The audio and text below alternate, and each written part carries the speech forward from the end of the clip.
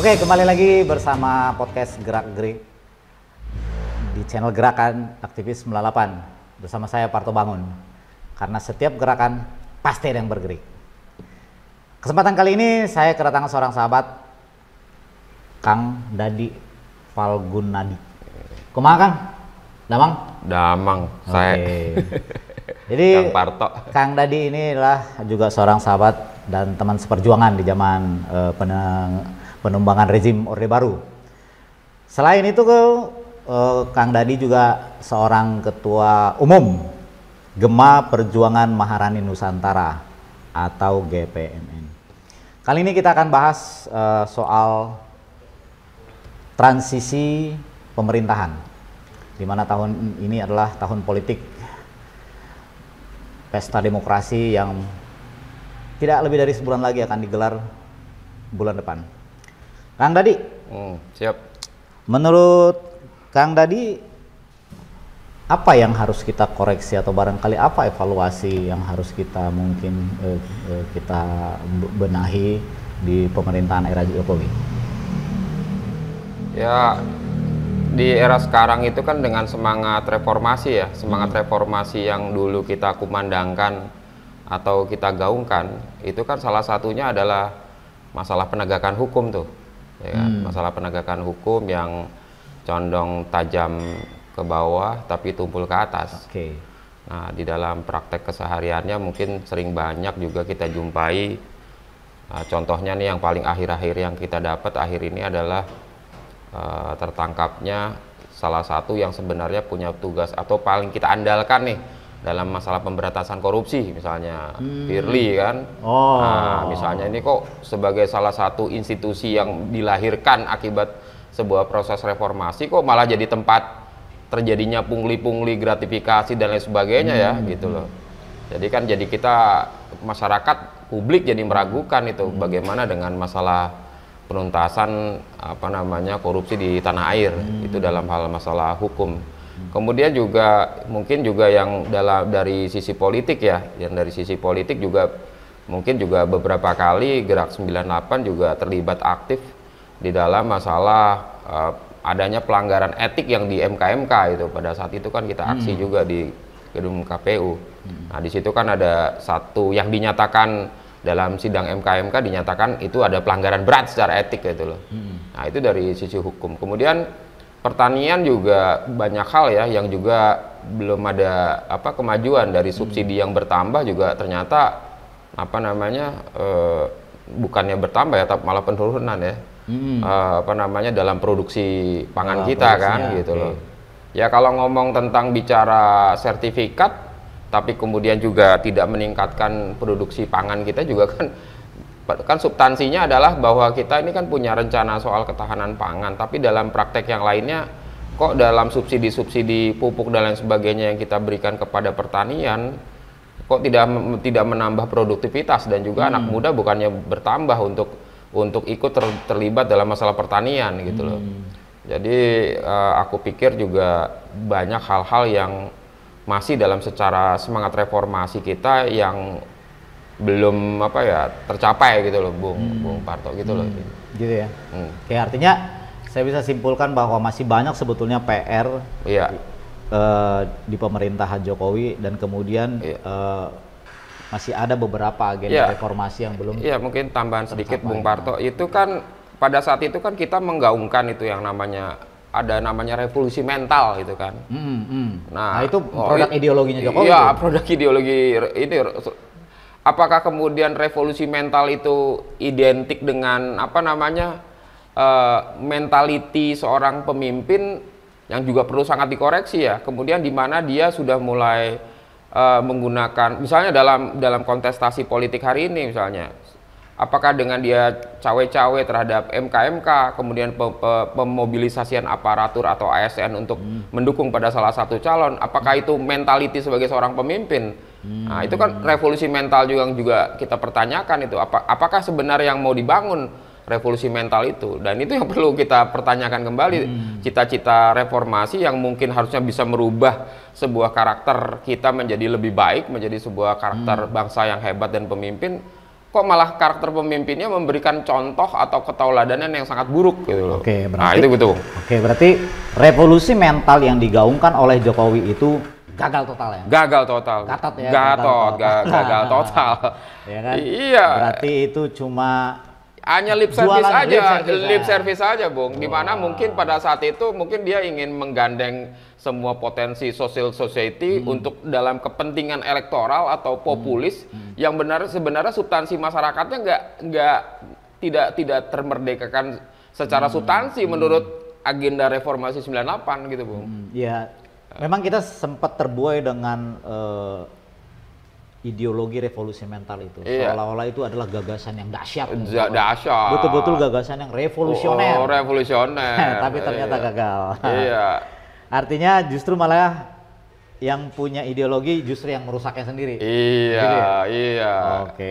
Nah, kemudian menjelang kita masa pemerintahan transisi yang akan datang, kira-kira sosok pemimpin seperti apa sebetulnya yang layak atau lebih hebat atau lebih baik menggantikan Jokowi? Tapi sebentar, sebelum ngomong-ngomong, Kang Dadi kan Ketua Umum Gema Puan Maharani. Kalau nggak salah dulu sempat menggadang-gadang Mbak Puan ya jadi capres ya? Iya, Bu. Itu gimana ceritanya? Iya. Coba. Jadi tahun 2020 beberapa dari teman-teman kemudian juga menangkap aspirasi-aspirasi yang berkembang di masyarakat.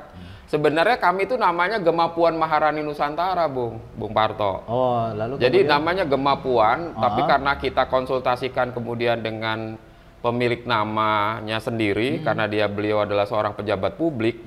Ditambah lagi kita kan juga harus membadan hukumkan tuh lembaga kita. Membadan hukumkan artinya kita sudah didaftarkan di akte notaris dan di kehakiman yang dimana penggunaan nama di atas 80% itu tidak boleh digunakan. Pengertian penggunaan nama di atas 80% maksudnya? Iya, artinya kalau kami menggunakan Puan Maharani di antara nama organisasi itu sudah mencapai 100% nama dan itu tidak diperbolehkan oleh pihak Kemenkumham. Lalu kemudian akhirnya berubahlah akhirnya teman-teman sepakat merubah menjadi Gema Perjuangan Maharani Nusantara. Ini kata-kata perjuangan berbau-bau PDIP. Ya, karena kita kan selalu semangatnya semangat perjuangan ya. Nah itu kemudian gimana kelanjutan ceritanya sehingga semangat menggadang Mbak Puan lalu kemudian akhirnya ya katakanlah tidak tercapai ya gagasan memajukan seorang Mbak Puan lalu kemudian kemarin kan kita tetap ada di dalam mekanisme organisasi kita ya, di mana di situ ada rakornas atau perwakilan-perwakilan daerah kemudian mengaspirasikan karena kan tetap yang namanya rezim kan kita melalui yang namanya rezim konstitusi kita kan ngomongnya bahwa yang memiliki partai politik yang boleh mengusung atau mengusung dan mendukung itu 20% atau gabungan partai politik. Di mana gabungan partai politik itu akhirnya menetapkan seorang calon, ya kan? Di situ muncullah sebuah nama atau direkomendasikan nama yang bernama Pak Ganjar Pranowo. Nah, kemudian kami berembuk kembali karena kami kan adalah organisasi yang sudah tersebar merata di semua provinsi di Indonesia. Merembukan dan kemudian ini kan lagi akhirnya menjatuhkan pilihan untuk politik di suksesi 2000 kita menetapkan Pak Ganjar Pranowo untuk menjadi calon. Oke, kita balik dulu. Ya. Apa alasan kawan-kawan di GPMN mendorong Mbak Puan? Alasannya? Ya pasti banyak hal ya karena Mbak Puan pada saat itu secara spektrum ideologi cukup komplit ya, secara bibit, bebet, dan bobot. Bibitnya beliau adalah cucu proklamator, kemudian beliau adalah anak dari seorang tokoh politik mantan presiden kelima. Secara bibit luar biasa, kemudian anak dari almarhum Taufik Kemas, yang mensosialisasikan 4 pilar kebangsaan. Kemudian kalau ngomong cucu kakek-kakek dan itu rata-rata adalah para proklamator dan para pionir di dalam perintisan kemerdekaan Indonesia. Kemudian ada juga spektrum bukan hanya dari sisi nasionalis tapi juga dari sisi agama. Ada dari sisi agama Pak Taufik Kemas itu adalah dari Masyumi ya, bukan dari Masyumi, dia dari syariat Islam gitu loh. Sebuah organisasi Islam yang ada di daerah Pasaman Barat itu. Jadi kemudian kalau dari neneknya itu Hamzatun Zulfa namanya. Hamzatun Zulfa itu yang akhirnya dia mentasbihkan pada sebuah tokoh besar namanya Pak Tan Malaka itu. Jadi si neneknya Mbak Puan itu adalah cucu dari salah seorang yang mentasbihkan dirinya masuk ke dalam sebuah partai namanya Partai Murba. Nah, jadi kalau ngomong spektrum ideologi, kemudian Bung Karno itu kan ya orang Blitar, ya orang Bali, ya kan. Nah, jadi spektrum mulai dari Nusantaranya komplit tuh sampai Bengkulu tuh ada. Sampai itu jadi ngomong begitu. Jadi kemudian kalau ngomong soal historik bebet ya, soal kapasitas segala macam ya udah pernah sekali jadi menteri, 2 kali pernah jadi anggota legislatif, kemudian menjadi ketua DPR RI. Ya banyak di kalangan teman-teman kami mencintai, jatuh hati lah pada seorang sosok Puan. Tetapi kan bicara pilihan kan. Tadi pilihan pertama kan alasan pertama adalah bahwa ada katakanlah modalitas secara ideologi. Iya, ideologi. Karena dia merupakan bukan lagi anak ideologi tapi bahkan sudah cucu ideologis. Ya kan? Dari founding father Republik ini. Iya, betul. Lalu kemudian poin kedua bicara kapasitas. Bahwa Mbak Puan sudah punya banyak makan asam garam di dunia politik dengan jabatan-jabatan publik. Betul. Tapi kan kemudian mungkin muncul pertanyaan ketiga.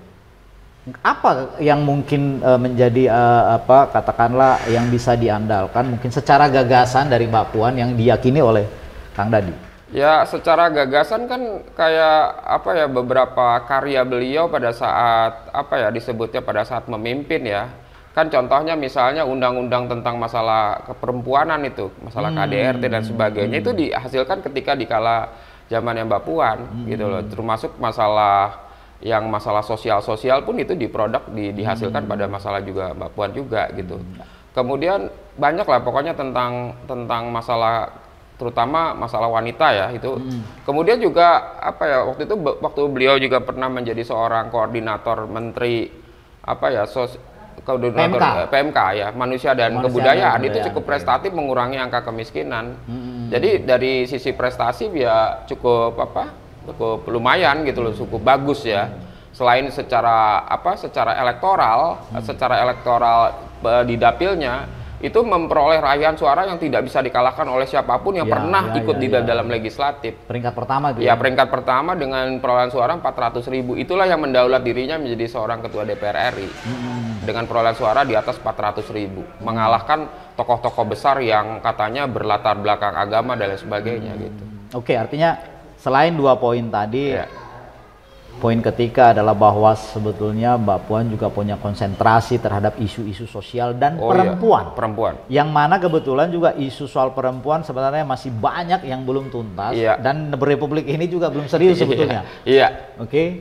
Nah, luar biasa. Berarti tapi kemudian ya ketika diputuskan pada akhirnya tidak bukan Mbak Puan yang didorong oleh PDI Perjuangan, tidak menyurutkan kawan-kawan di GPMN untuk memperjuangkan kemudian mungkin nilai-nilai yang kemudian sebetulnya mau diperjuangkan yang sudah disepakati kawan-kawan di internal GPM. Ya, Bung Parto, kita di waktu reformasi sepakat ya tentang perjuangan kita pada demokrasi. Kita sepakat di situ bahwa Indonesia tuh harus dibangun dalam sebuah landasan demokrasi yang kuat.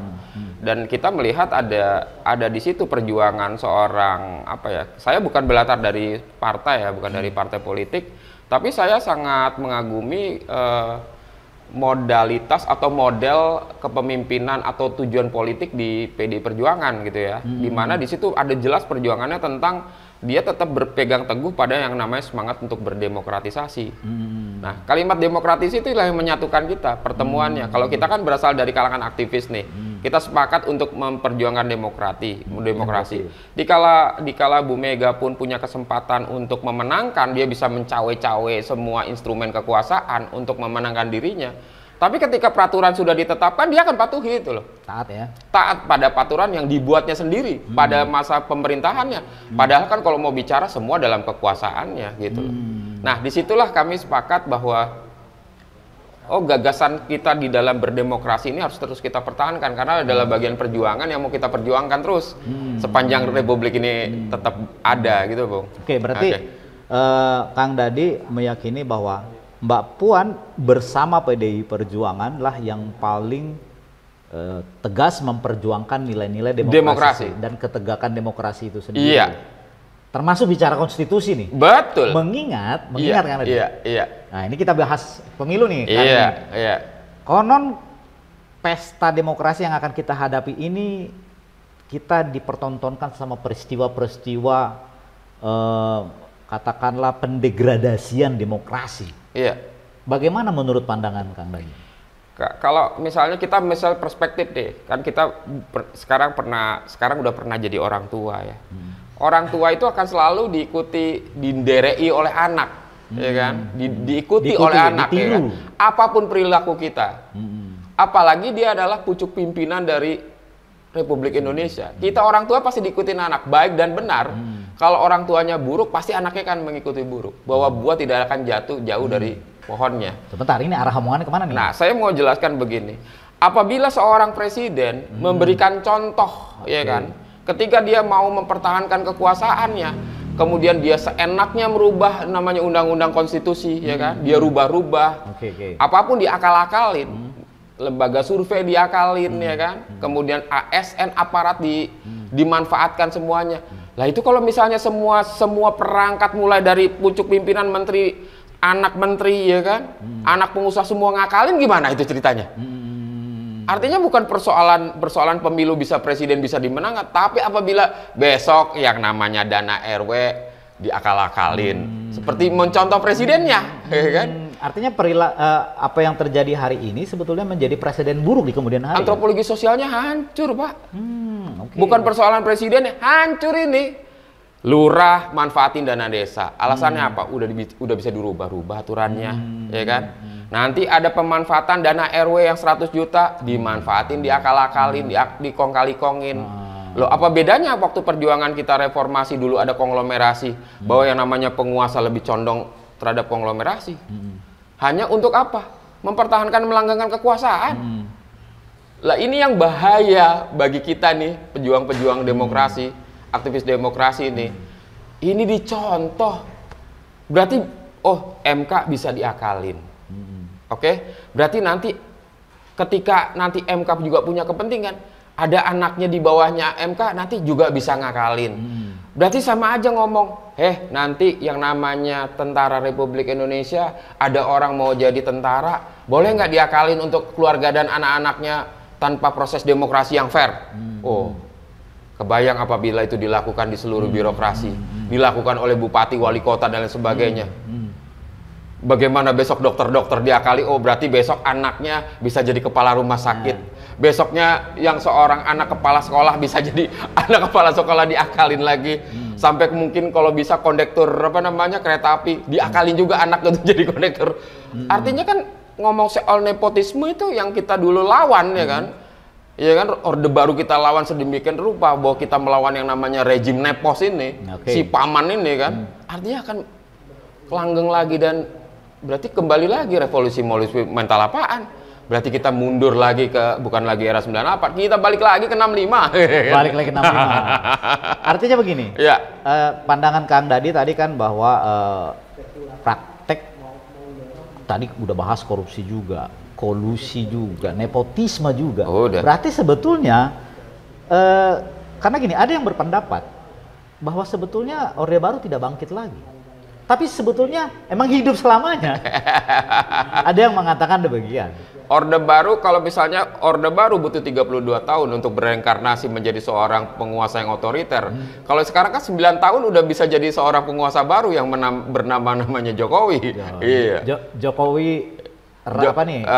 Rasa namanya Orde Baru Reborn. Kalau Reborn masih cenderung positif. Iya. Ini bangkit kembali. Bangkit kembali. Gitu. Dan dia dengan teknologi, dengan kekuasaan yang hari ini yang di mana Indonesia mengalami kemajuan yang luar biasa dengan pemanfaatan segala macam sumber daya alam yang luar biasa. Begitu dahsyatnya kekuatan dia untuk melakukan otoritarian yang dahsyat itu gitu. Iya. Oke. Iya. Lalu kemudian juga itu anaknya jadi anggota salah satu partai yang kemudian hanya dalam 2 kali 24 jam. Jadi ketua umum ya kan, jadi ketua umum.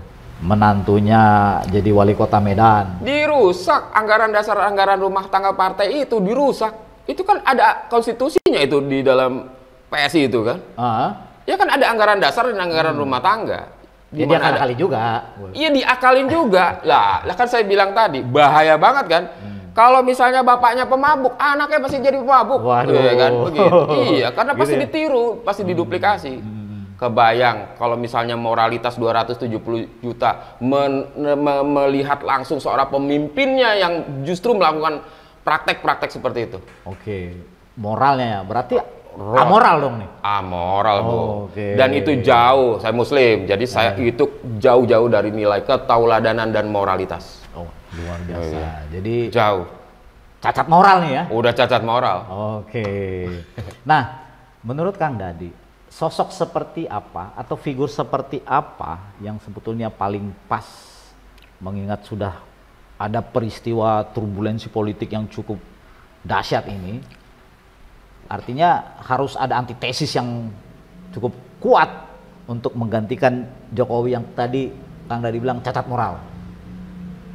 Ya. Siapa kira-kira model seperti apa pemimpin? Ya kan tadi misalnya kan menggantikannya. kita kan selalu ngomong ya ada istilah bibit bebet bobot kan tadi ya, soal kebibitan, kebobotan ya kan. Nah, kita kan mudah nih kalau zaman sekarang orang bisa melihat sesuatu itu misalnya kayak perusahaan. Perusahaan itu misalnya melihat seseorang itu punya watak yang baik itu sederhana kok. Tinggal buka sosmednya aja.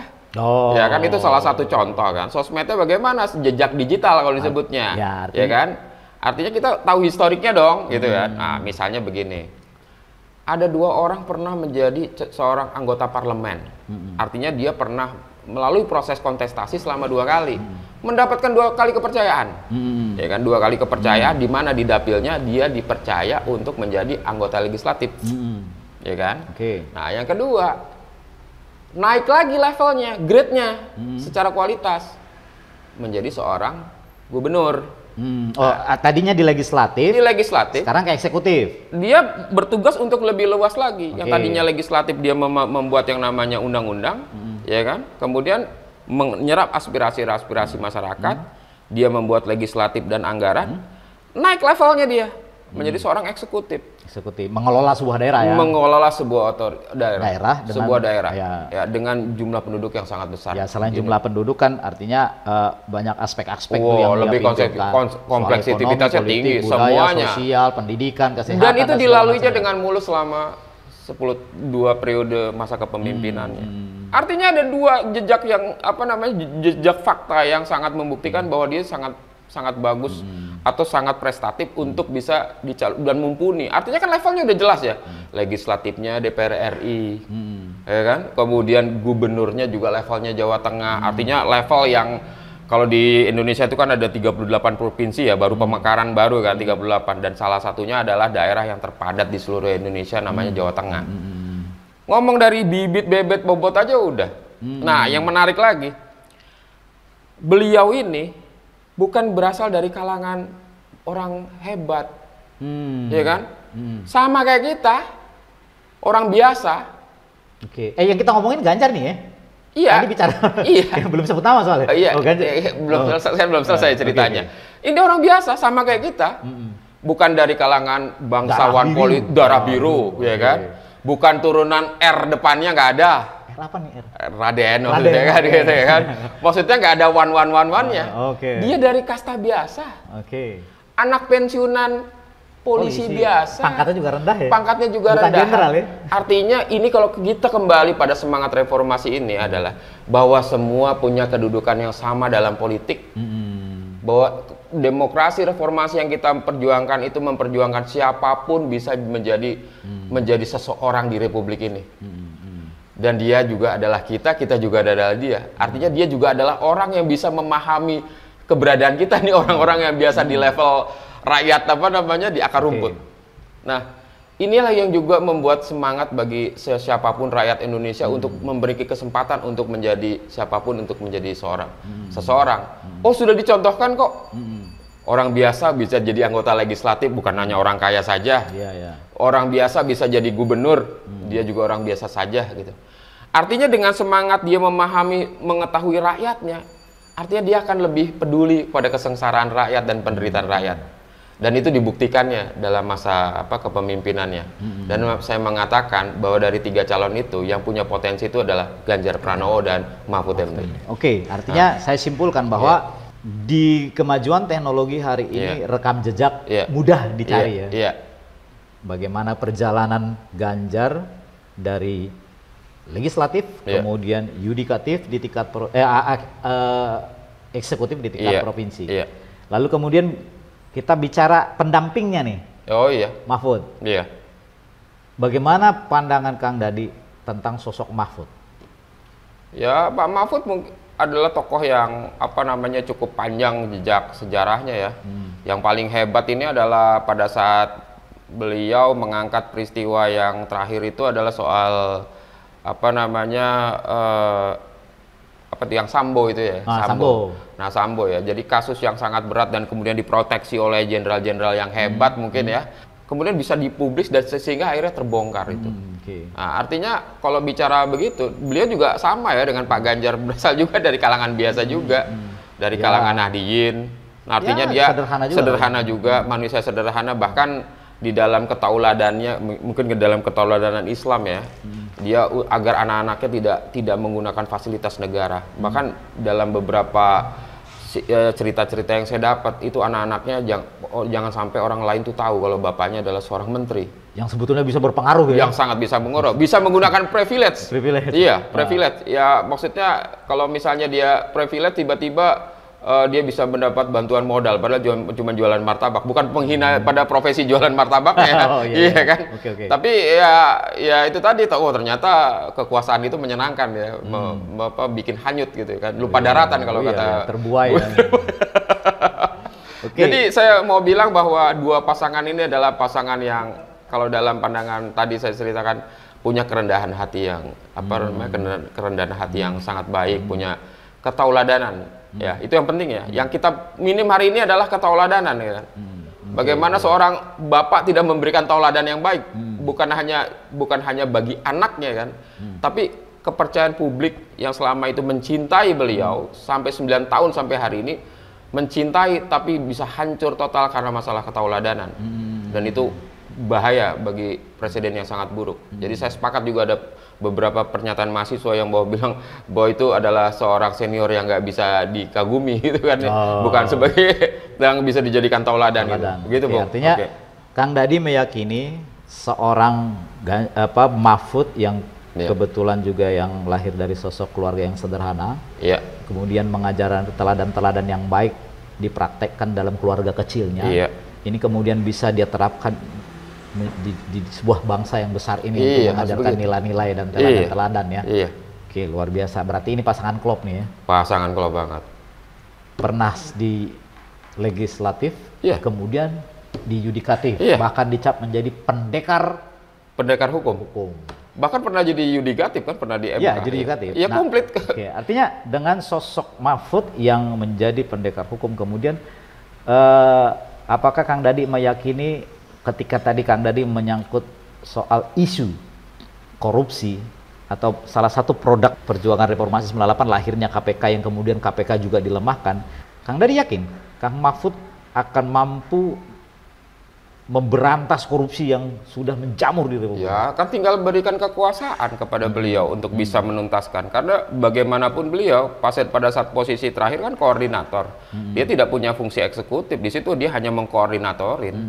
Tetap pelaksananya adalah yang di bawah-bawahnya itu. Artinya dengan dengan dia memberikan otoritas yang kuat, beri kekuasaan sepenuhnya untuk masalah penegakan hukum, saya yakin akan selesaikan. Bahkan kalau ini dijalankan dengan benar, kalau menurut Pak Mahfud, kita tidur aja 20 juta sebulan gitu, Bung. Jika korupsi semua diberantas. Korupsi diberantas itu, seluruh rakyat Indonesia tinggal 20 juta. Nggak perlu ngutang-ngutang lagi malah gitu.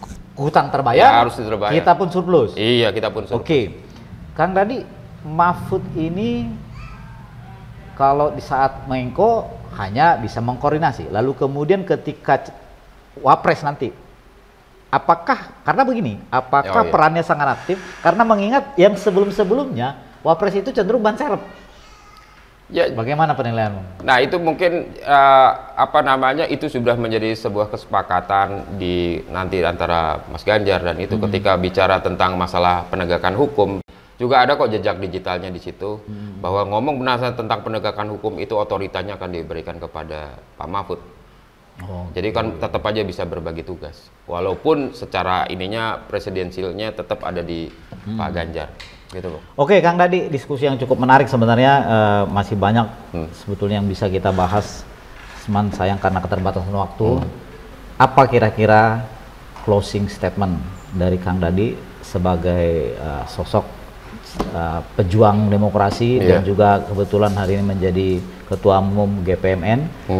Secara perspektif Kang Dadi nih, apa pesan-pesan ke publik dari Kang Dadi terkait transisi pemerintahan hari ini? Ya, kita meyakini bahwa apa yang kita tabur adalah yang kita tuai. Apapun yang kita lakukan akan kembali pada diri kita sendiri. Kalau kemudian yang kita lemparan kerakusan, maka yang akan kembali adalah kerakusan yang akan membinasakan kita sendiri. Kalau kemudian ketidakjujuran adalah menjadi panglima, berarti siap-siap bahwa kita akan menghadapi atau akan menerima dari ketidakjujuran itu kita sendiri. Jadi tetap kalau bahasanya adalah Satyam Eva Jayate, bahwa kebenaran itu pasti akan menemukan kebenarannya. Luar biasa. Jadi teman-teman, kita pilih yang menurut hati nurani kita adalah sebuah kebenaran dan itu diyakini secara nurani oleh seluruh rakyat Indonesia. Luar biasa pesan moralnya, Bung. Terima kasih Kang Dadi. Sampai jumpa di diskusi berikutnya. Oke, terima kasih. Akhirnya kita akhiri podcast Gerak-Gerik. Jangan lupa komen, subscribe, like, dan share. Lawan Tirani!